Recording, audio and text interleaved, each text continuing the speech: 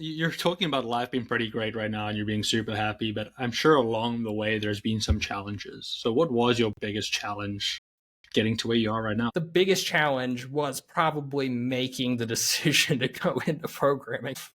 That was a tough moment in my life.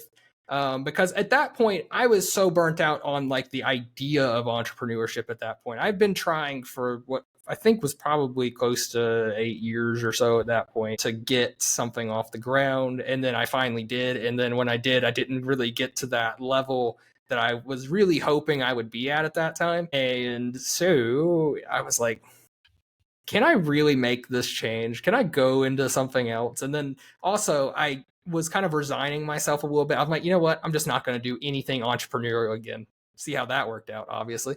I'm not going to I'm going to get into programming, and I'm just going to work a job, and I'm just going to be like happy to have a job. Give much credit to my business partner, my programming partner, because honestly, I don't think I would have done anything new if it wasn't for the fact he explicitly reached out to me. And I was like, you know what? Why not? I'll do something. And it really did work out. Otherwise, I probably would still be in a job to this day. And I would probably, it was a very sad thing for me because I love flexibility of schedule. I want it to be a thing where if it's nice outside, I can be like, you know what? I'm not going to work today. And I'm going to go outside and have time, enjoy the sun while it's out. Yep. And that's just something I could never get behind in a company. The idea that you just had to be there from like a certain time to a certain time. It's soul crushing for me personally. I'm sure everybody feels that way to a degree.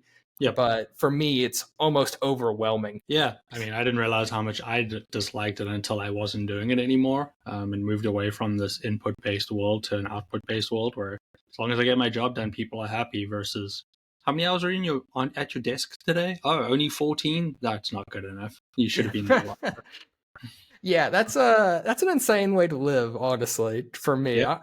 I try to put that into my culture, but I'm hoping that I can maintain this culture of, you know what, you're an adult, you do what you need to do for the day, and if you're doing good, then you can do whatever you want for all I care. But yeah, I'm basically like myself. I'm just like, you know what, I'm done at 2.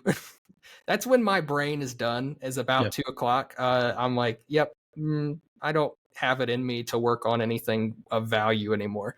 And that's just a great feeling to have. And I mean, you've basically given us a great leadership lesson there as well. If you're setting the example of, work hard when you are working and, take the time for yourself when you are, like, that's a good lesson for anybody that's working for you. And that creates culture, and good cultures like that tend to create good environments. They create good businesses that tend to be successful.